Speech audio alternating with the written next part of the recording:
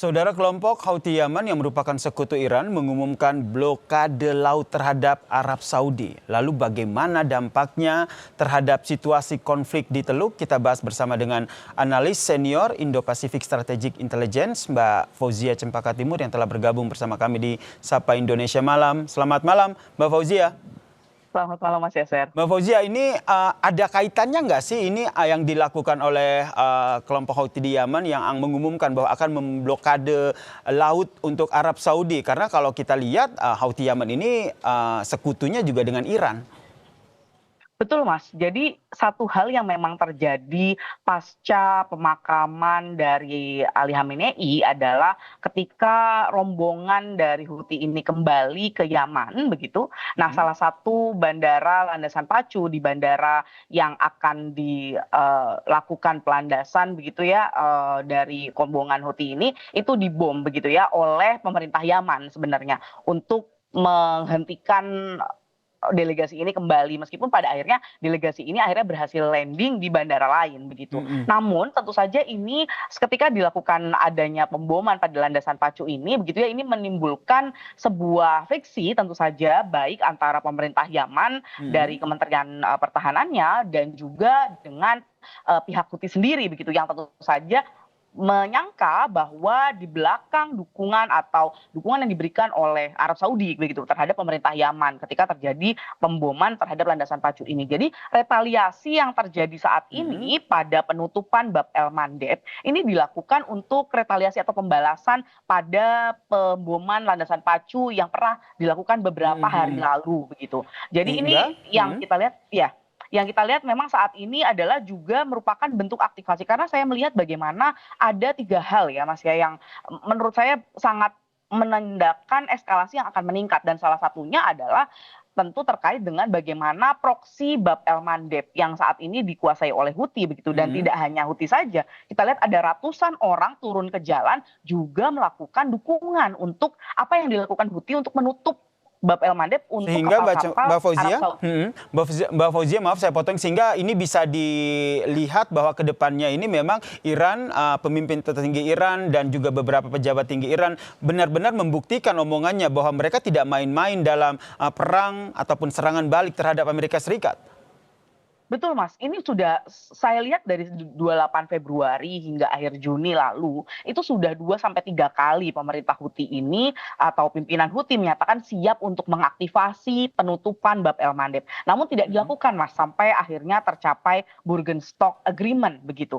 Nah, kita lihat saat ini adalah bentuk realisasi yang pertama nih Mas, sejak chapter kedua terjadi sejak serangan tanggal 7 Juli lalu oleh Amerika Serikat. Begitu. Nah, ini menunjukkan bagaimana ternyata Houthi memang bisa saja melakukan realisasi. Namun yang kita lihat bagaimana saat ini yang dilakukan adalah pemblokadean terhadap kapal khusus Saudi Arabia.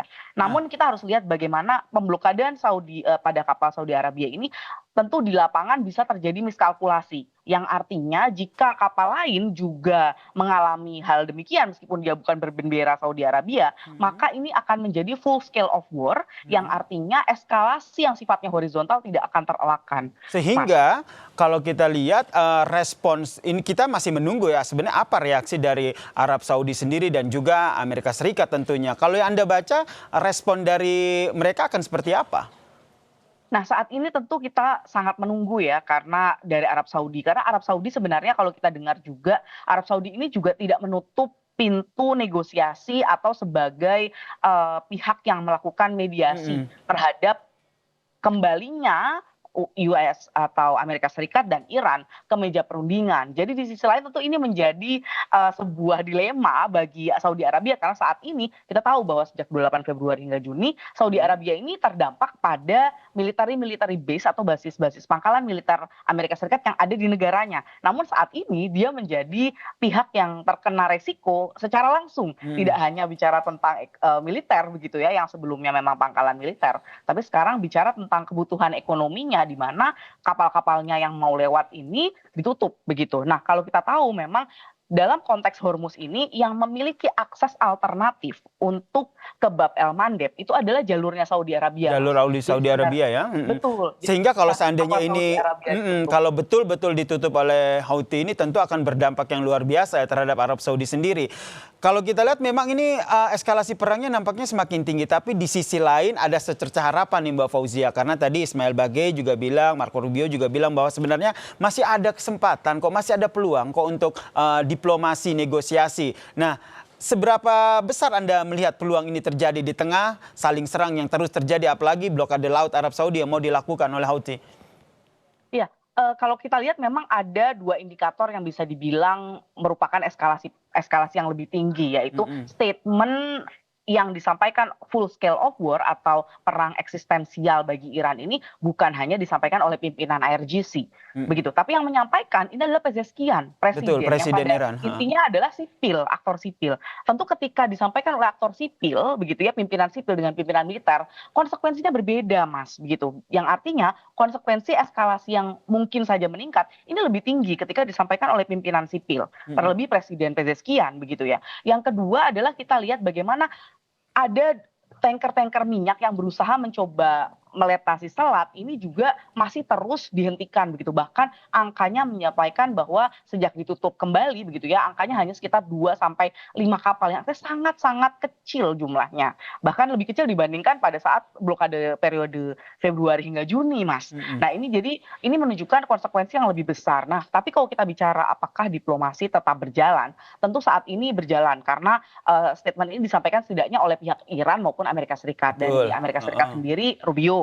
Dan sedangkan dari pihak Iran sendiri disampaikan oleh Bagay begitu, bagaimana saat ini mediator termasuk Saudi Arabia itu juga menjadi pihak yang disampaikan gagasan-gagasan untuk kembali lagi ke meja perundingan begitu. Dan salah satu poin perundingan yang selalu disampaikan oleh kedua belah pihak ini adalah bagaimana Selat Hormuz itu. Nah, kuncinya menurut Anda akan bisa mencapai titik temu jika Selat Hormuz ini bisa jadi salah satu poin diskusi ataupun poin perundingan antara kedua belah pihak?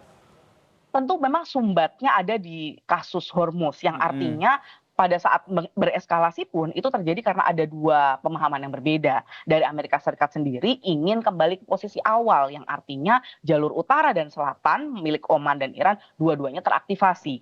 Sedangkan kalau dari Iran sendiri inginnya adalah hanya yang dari utara, yang artinya hanya pihak Iran sendiri yang mengatur bagaimana kapal ini fluktuasinya atau berjalan berlayarnya ini mengikuti jalur yang sudah ditentukan Iran. Nah, tentu kalau tadi pertanyaannya apakah Selat Hormuz ini akan menjadi poin penentu, saya setuju, Mas, karena memang ini yang menjadi sumbat dan ini juga yang akan menjadi penentu. Makanya kalau kita lihat satu hal yang dilakukan oleh Araghchi ketika serangan gelombang Amerika Serikat sampai ke gelombang 3 dan 4 adalah dia pergi ke Oman, Mas. Jadi ini yang menandakan sebenarnya betapa pentingnya diskusi antara Oman dan isu Hormuz ini sebagai penentu apakah ini akan bereskalasi atau justru akan terdeeskalasi, Mas.